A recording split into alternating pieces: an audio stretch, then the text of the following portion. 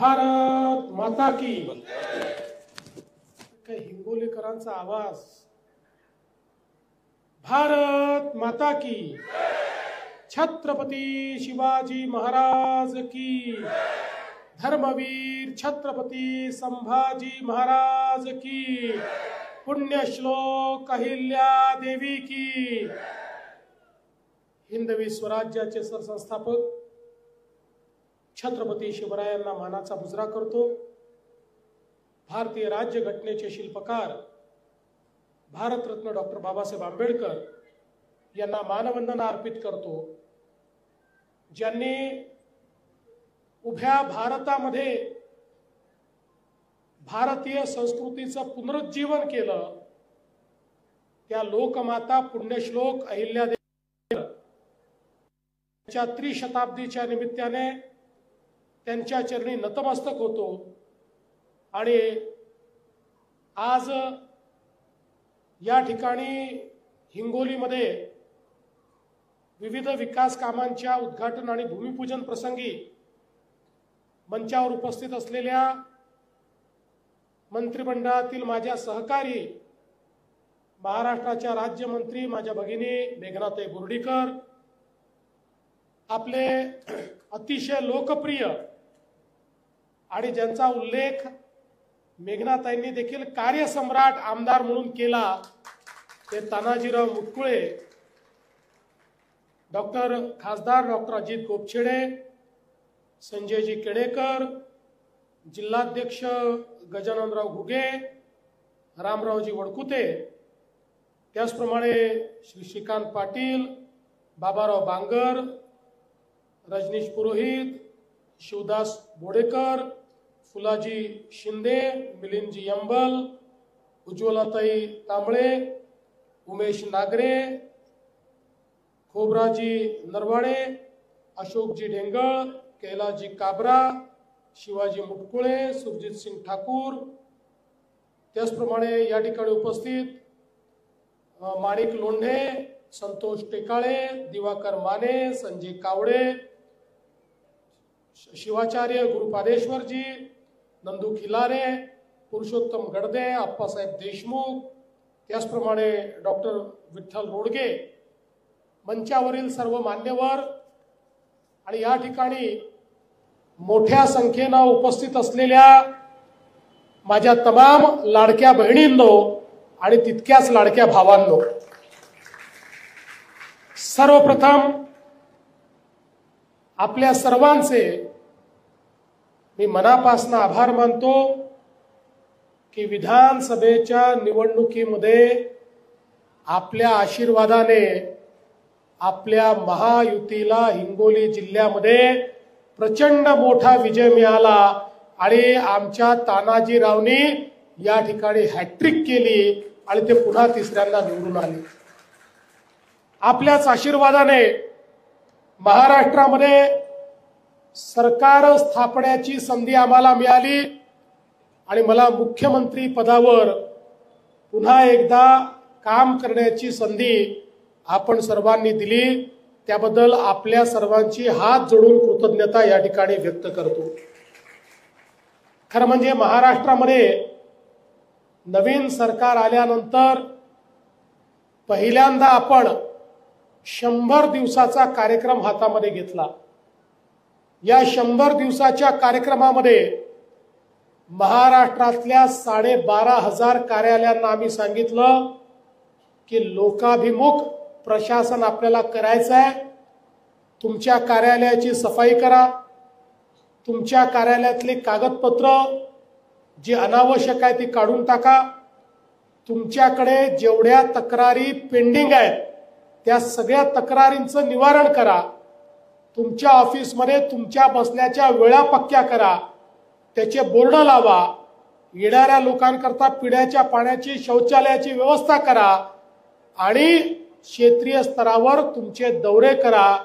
असं 12,500 ऑफिसेसला लोकाभिमुख करण्याचं काम आपण केलं आणि केंद्र सरकारच्या क्वालिटी काउन्सिल ऑफ इंडियाला सांगितलं या 12,500 कार्यालयांमध्ये जाऊन चेक करा, यापैकी ज्यांनी चांगलं काम केलंय त्यांना मार्क दिले, 50% वर ज्यांना मार्क मिळाले ते पास झाले, 50% खाली मार्क मिळाले त्यांना सांगितलं तुम्ही नापास झाले, चांगल्या प्रकारचं काम करा. पण मला सांगताना आनंद वाटतो की 100 दिवसाच्या कार्यक्रमामध्ये 98% कार्यालयांनी उत्तम काम केलं.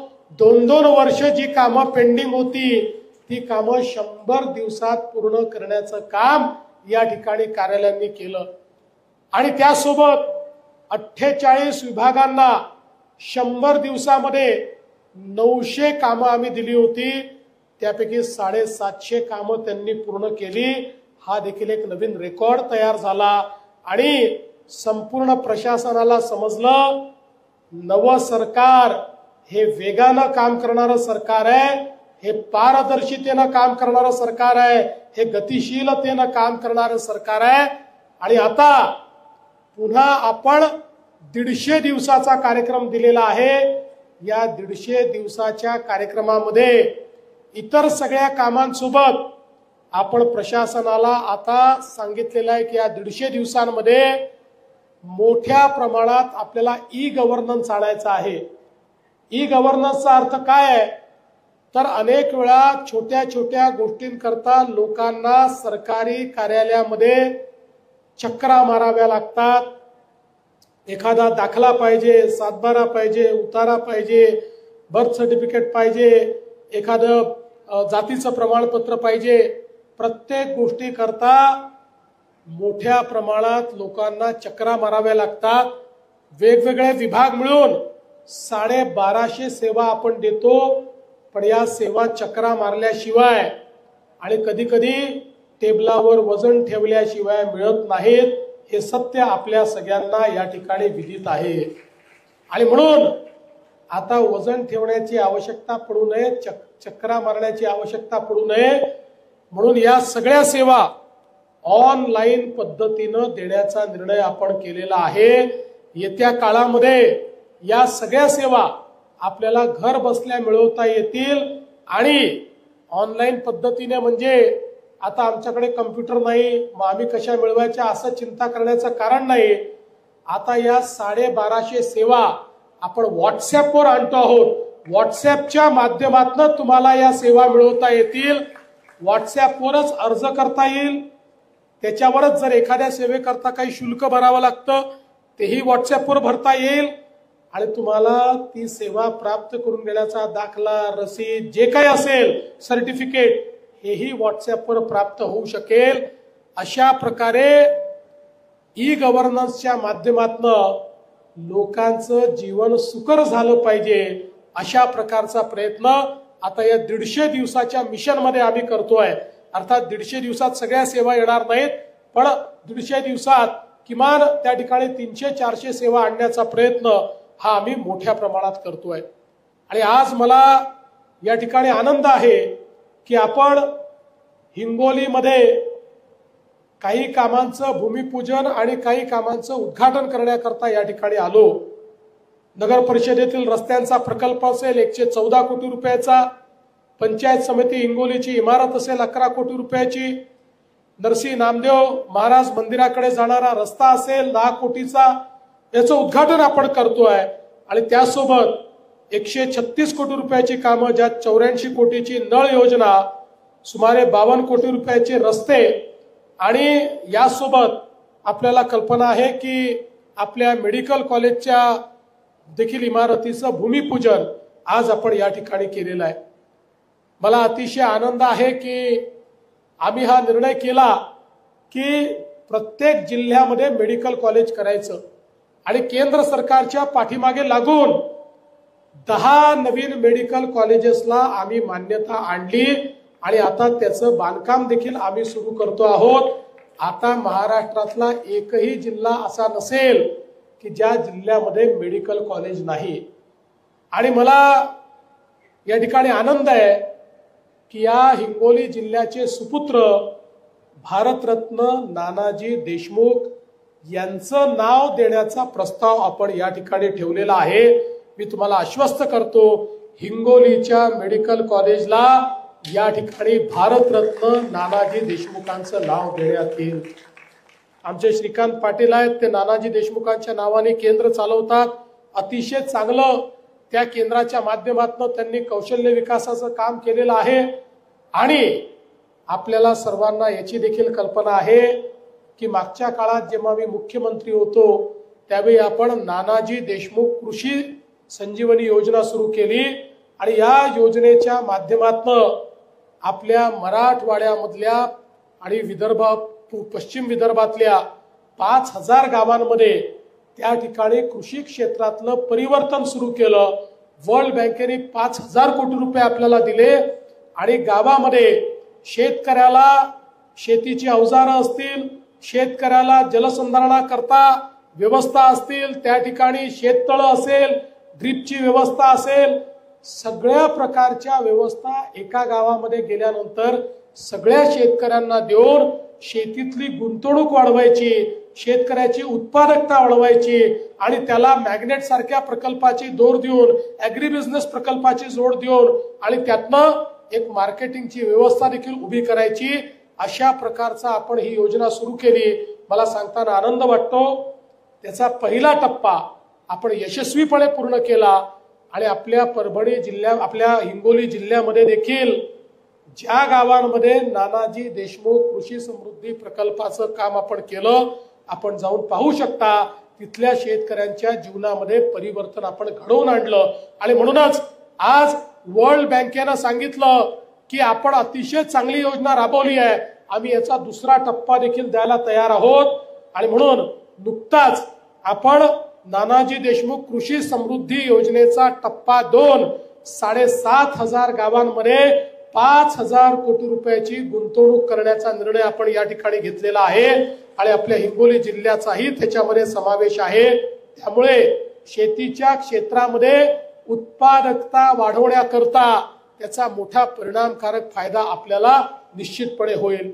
यासोबत आपल्याला माहिती आहे की आता आपण मोठ्या प्रमाणात आपल्याकडच्या ज्या प्राथमिक सोसायट्या आहेत यांना ऍग्री बिझनेस सोसायट्यांमध्ये परिवर्तित करतो आहोत. त्यांना वेगवेगळ्या प्रकारचे त्या ठिकाणी ऍग्री बिझनेसचे प्रपोजल्स देतो आहोत.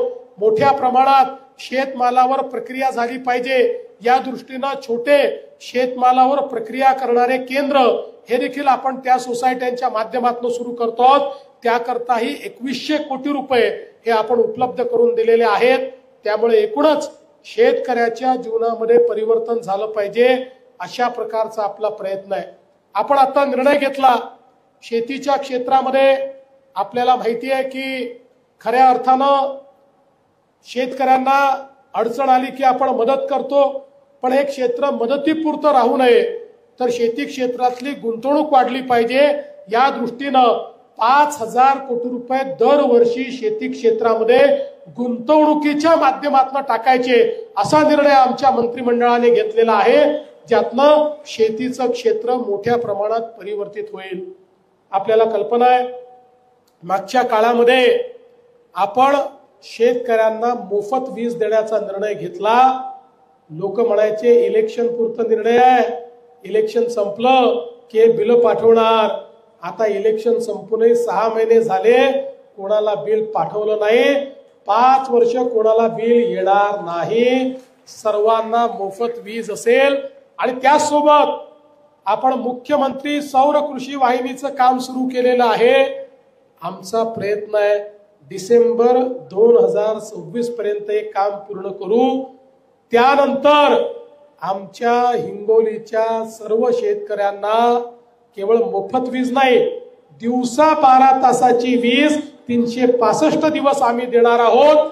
रात्रीच्या विजेची काळजी करायचं किंवा रात्री जाऊन साप पिंचूंच्या सानिध्यामध्ये शेती आम्हाला करावी लागते, ही सातत्याने शेतकऱ्यांची ओरड ही पूर्णपणे त्या ठिकाणी आपण थांबवतो.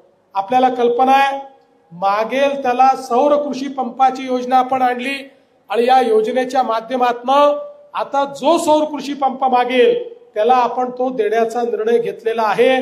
त्यामुळे आता त्याही संदर्भात मोठ्या प्रमाणात काम चाललेलं आहे. हे सगळं होत असताना तानाजीरावांनी जो मुद्दा मांडला तो देखील महत्वाचा आहे. मागच्या काळात माझ्या पाठीमागे लागून त्यांनी हिंगोली जिल्ह्याचा अनुशेष वेगळा करून घेतला आता वेगळा झालेला अनुशेष आपल्याला भरायचा देखील आहे.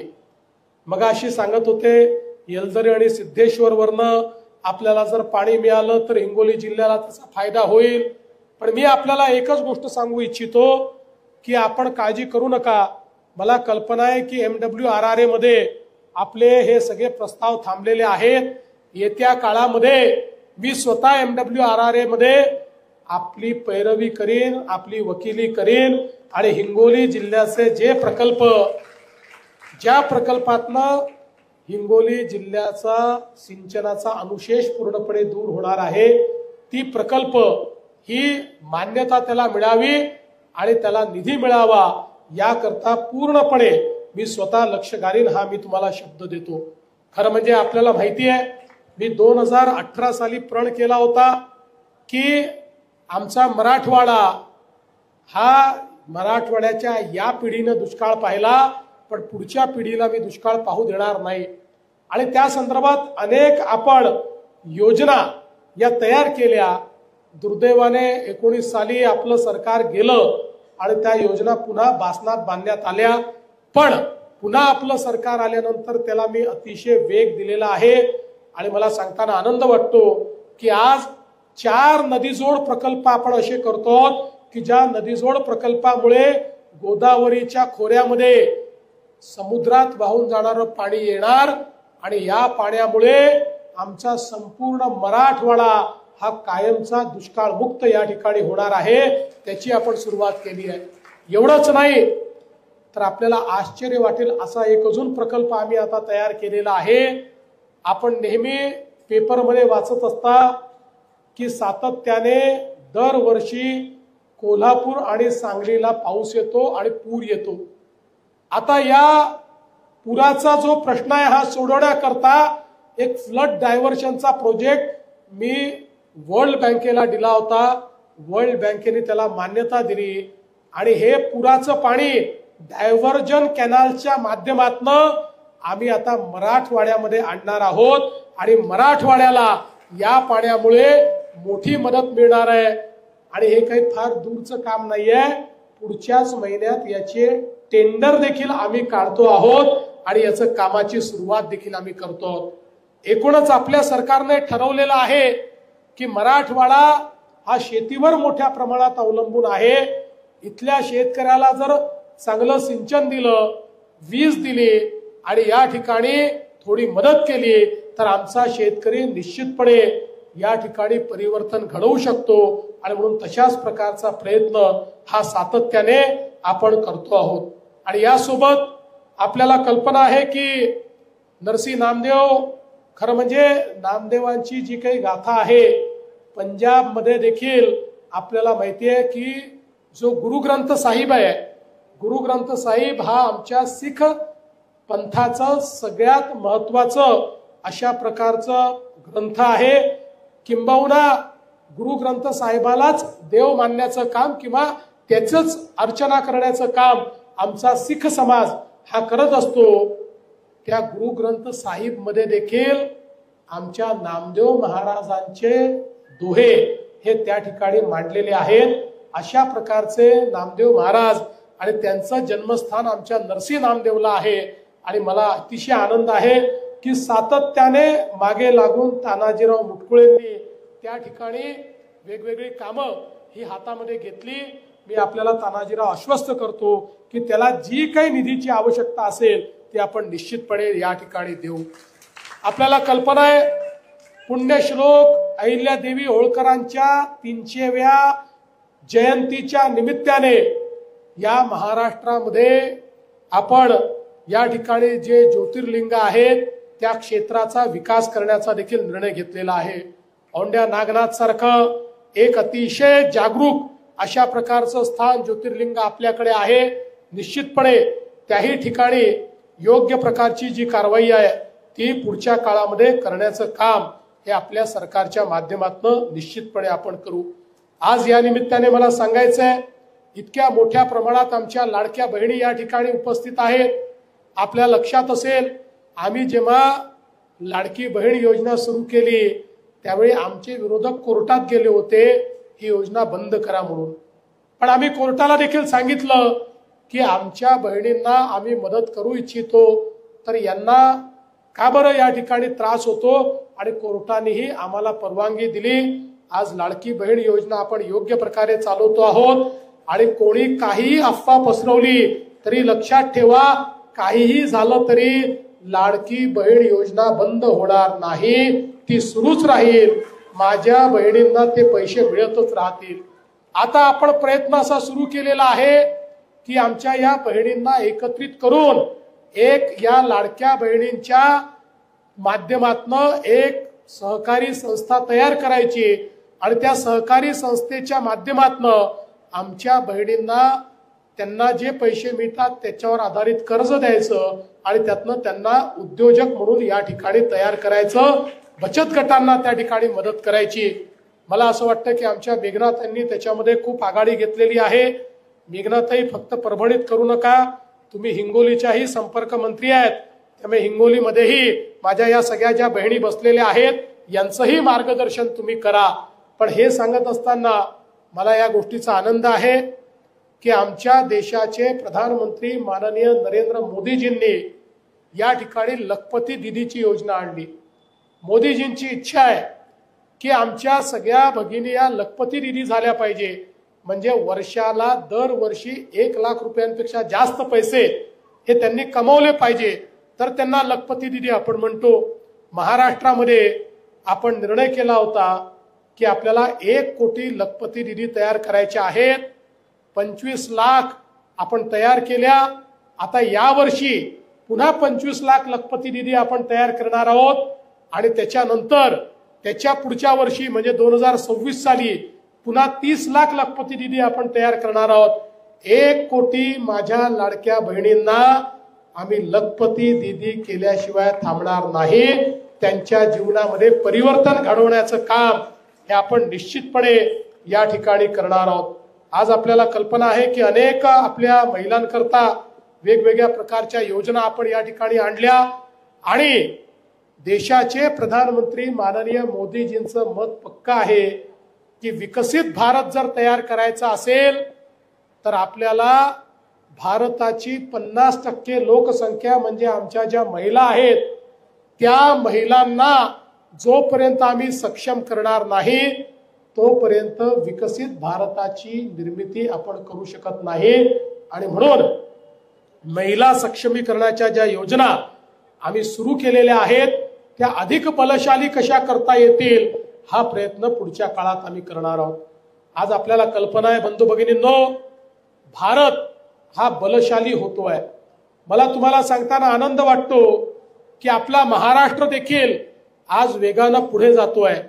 आजच देशाच्या रिझर्व्ह बँकेने देशामध्ये किती परकीय गुंतवणूक आली आणि ती कुठल्या राज्यात गेली याची आकडेवारी जाहीर केली आहे. आणि मला सांगताना आनंद वाटतो की त्याच्यामध्ये पहिल्या नंबरवर पहिल्या क्रमांकावर तुमचा आणि माझा महाराष्ट्र आहे. सर्वात जास्त गुंतवणूक आपल्या महाराष्ट्रामध्ये आलेली आहे.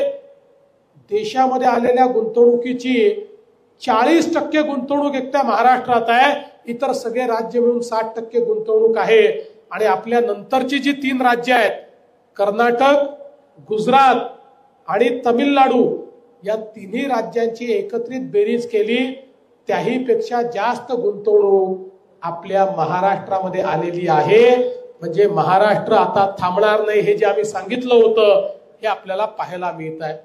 बंधू भगिनींनो, आज आपला देश माननीय प्रधानमंत्री मोदीजींच्या नेतृत्वात आता जगातली 4थी सर्वात मोठी अर्थव्यवस्था झालेला आहे. 3-4 दिवसापूर्वी आपण जपानला मागे टाकलेला आहे आणि आपण 4थ्या क्रमांकावर आलेलो आहोत. आता लवकरच आपण पुढच्या 2 वर्षानंतर 3री जगातली सर्वात मोठी अर्थव्यवस्था होणार आहोत. ज्या आत्मनिर्भर भारताची निर्मिती मोदीजींनी सुरू केली, मेक इन इंडियाची निर्मिती मोदीजींनी सुरू केली, त्याचं प्रत्यंतर नुकतंच संपूर्ण जगाने बघितलं. ज्यावेळी पहलगाम मध्ये आपल्या 26 निष्पाप नागरिकांना, आपल्या बांधवांना पाक प्रशिक्षित अतिरेक्यांनी त्या ठिकाणी गोळ्या घातल्या अतिशय निगृढ पद्धतीनं त्या ठिकाणी त्यांचा खून केला. मुलीसमोर बापाला मारून टाकलं, बायको समोर नवऱ्याच्या कपाळावर बंदूक ठेवून त्याच्या मेंदूचे तुकडे तुकडे करून टाकले. अतिशय भयानक अशा प्रकारची परिस्थिती आपल्याला पाहायला मिळाली.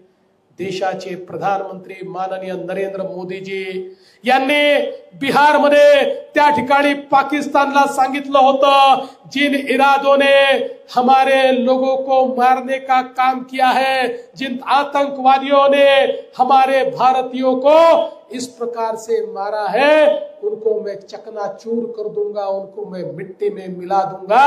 हे आपल्या प्रधानमंत्र्यांनी त्या ठिकाणी सांगितलं होतं. आणि आमच्या माता भगिनींचं जे कुंकू पुसलं गेलं तेच कुंकू पुन्हा सिंदूरच्या रूपानं, ऑपरेशन सिंदूरच्या रूपानं मोदीजींनी आपल्या सेनेला आदेश दिले. आणि भारताच्या सेनेची ताकद जगाने पाहिली. केवळ 23 मिनिटांमध्ये आपल्या सेनेने पाकिस्तानमध्ये घुसून आतंकवाद्यांचे 9 अड्डे नेस्तनाबूत करून टाकले, मातीत मिळवून टाकले. हे कुठले अड्डे होते? हे असे अड्डे होते, पाकिस्तान सांगायचं आम्ही अशा ठिकाणी हे तयार केली आहे की भारताचे विमानं कधी पोहोचूच शकत नाही. अशा मध्यवर्ती ठिकाणी 23 मिनिटात हे अड्डे पूर्ण मातीत मिळवले. 150 पेक्षा जास्त आतंकवादी मारले गेले. आणि तो मसूद अझर ज्याने आपल्या भारतात आतंकवादी गतिविधी केल्या त्याचे 14ही त्याच्या परिवारातले लोक हे यमसदनी पाठवण्याचं काम आपल्या सेनेनं या ठिकाणी केलं. बंधू भगिनींनो, भारताची ताकद ही जगाला दिसली. पाकिस्तानने दुसऱ्या दिवशी आपल्यावर मिसाईल पाठवले, ड्रोन सोडले, F-16, F-17 वेगवेगळ्या प्रकारची अस्त्र आपल्यावर पाठवली. पण भारताचं मेक इन इंडिया, आत्मनिर्भर भारत याच्यामध्ये तयार केलेली डिफेन्स सिस्टीम ही इतकी मजबूत होती की त्यांनी पाठवलेलं एकही अस्त्र भारताच्या जमिनीला त्या ठिकाणी स्पर्श देखील करू शकलं नाही. हवेतच त्यांचे सगळे अण्वस्त्र, त्यांचे सगळे क्षेपणास्त्र आपण त्या ठिकाणी तहेस नहेस करून टाकले. ते आपण हवेतच उडवून टाकले. त्याचे द्रोण हवेत आपण उडवून टाकले. आणि त्याच्यानंतर भारताने आपलं ब्रह्मोस क्षेपणास्त्र काढलं आणि ते ज्यावेळी पाकिस्तानमध्ये टाकलं, पाकिस्तानच्या ज्या मिलिटरी बेस होत्या, ज्या एअर बेस होत्या, एका झटक्यामध्ये भारताने उद्ध्वस्त करून टाकल्या.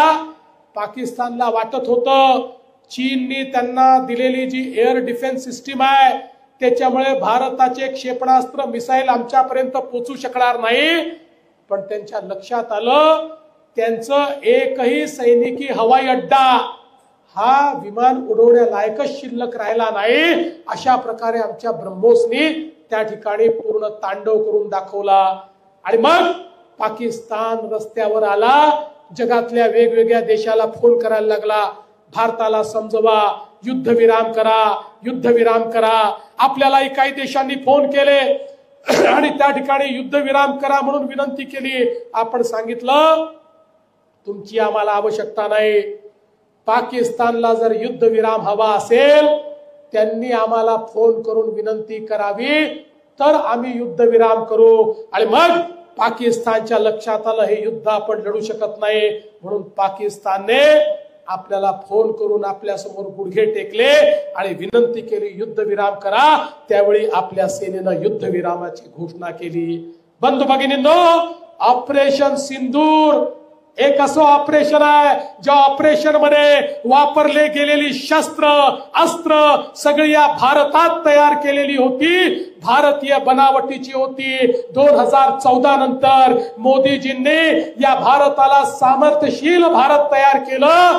त्याची आवृत्ती ऑपरेशन सिंदूर मध्ये संपूर्ण जगाने बघितली. आपण बघितलं असेल अमेरिकेच्या वृत्तपत्रांनी, रशियाच्या वृत्तपत्रांनी त्या ठिकाणी लिहिलं पाकिस्तानची ताकदच आता भारतापुढे उरलेली नाही।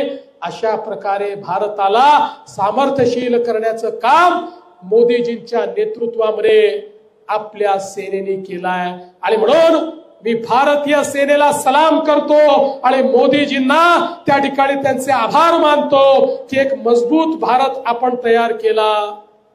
पण मला कधी कधी आश्चर्य वाटतं, एकीकडे संपूर्ण देश सेनेसोबत उभा आहे, संपूर्ण देश मोदीजींसोबत उभा आहे, पण काही पक्षाचे नेते हे इतके वेड्यासारखे बोलतात। आता एकाने सांगितलं, म्हणाले पाकिस्तानने चीन मधले बनलेले 15-15 हजार रुपयाचे ड्रोन हे भारतावर पाठवले आणि भारताने त्याच्याकरता 15 लाखाचं मिसाईल वापरलं।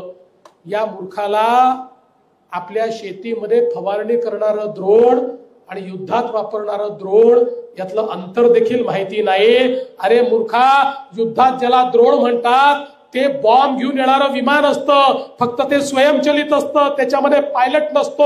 अलीकडच्या काळामध्ये सगळ्या लढाया या ड्रोनच्या माध्यमातून होतात। अशा प्रकारचे चीनी ड्रोन 500 ड्रोन त्यांनी पाठवले, पण आम्ही ते सगळे ड्रोन उडवून टाकले।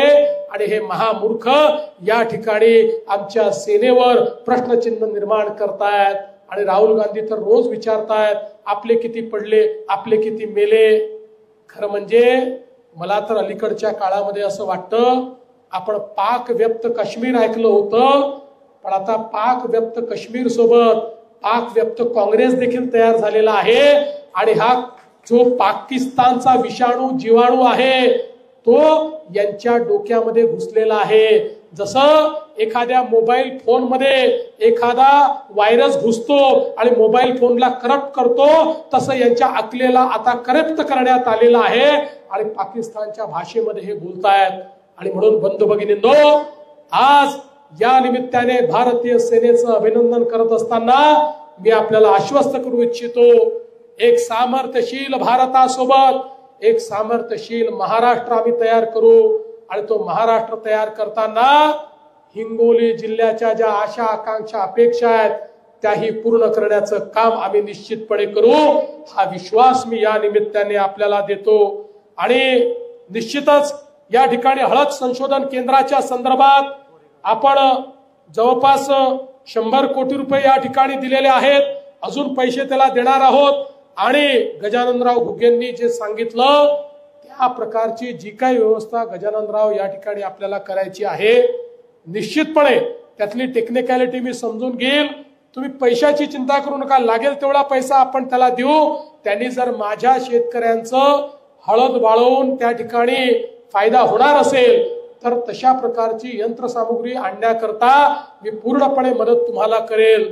आणि आपल्या सर्वांना कल्पना आहे की या ठिकाणी तानाजीराव मुटकुळे ज्या गोष्टीच्या मागे लागतात त्या गोष्टी सोडत नाही। त्यामुळे लगेच माझ्या कानात येऊन त्यांनी गोरेगावचा विषय मांडलेला आहे आणि गोरेगावचे लोक देखील या ठिकाणी बसलेले आहेत। मी आपल्याला एक गोष्ट सांगतो, एक तालुका नाही, आम्हाला अनेक तालुके तयार करायचे आहेत। ते त्याच्या संदर्भात काही आमचा विचार चाललेला आहे, ते सगळे एकत्रितच करावे लागतात, एक करून चालत नाही। पण तोपर्यंत तालुक्यामध्ये जे जे काही असतं, तालुका कशाला करतो आपण, तहसीलदार असला पाहिजे, कोर्ट असलं पाहिजे, वेगवेगळी ऑफिसेस असली पाहिजे, अशा प्रकारच्या सगळ्या ऑफिसेस मात्र आपण गोरेगावला सुरू करू। त्याचा प्रस्ताव तुम्ही मला या ठिकाणी द्या। म्हणजे ज्या दिवशी तालुका करण्याचा निर्णय घेऊ त्या दिवशी सगळं तुमच्याकडे तयार असेल, नुसतं नाव हे तालुका करावं लागेल। आणि म्हणून आज मी आपल्याला एवढं आश्वस्त करतो की त्या प्रकारच्या सगळ्या व्यवस्था गोरेगावला आपण उपलब्ध करून देऊ। आणि नवीन तालुक्यांचा जेव्हा एकत्रित निर्णय घेऊ त्यावेळी निश्चितपणे गोरेगावला सर्वात जास्त प्राधान्य आम्ही देऊ, हे आपल्याला या निमित्ताने सांगतो। पुन्हा एकदा हे बघा, इकडनं बाळापूर आलं, आता मी त्याची थोडी माहिती घेतलेली नाही, त्यामुळे ती माहिती घेऊन त्याच्यावर बोलेन। याचं मला माहिती आहे, कारण 19ला अतिरिक्त तालुका मीच तयार केला होता, त्याच्यामुळे याची मला माहिती आहे। पण आपल्या ज्या आशा आकांक्षा अपेक्षा आहेत त्या निश्चितपणे आम्ही पूर्ण करू, हा विश्वास मी आपल्याला देतो। आणि आपण सगळ्यांनी आमचं जे स्वागत केलं, सत्कार केला, त्याबद्दल आपले आभार मानतो। आता याच्यानंतर पक्षप्रवेश होणार असल्यामुळे आपणही 5 मिनिटं या ठिकाणी बसावं, अशा प्रकारची विनंती करून माझे 2 शब्द संपवतो। धन्यवाद। जय हिंद, जय महाराष्ट्र. त्यानंतर केवळ 3 ते प्रखर लेखनी, लेख मराठी अस्मितेचा.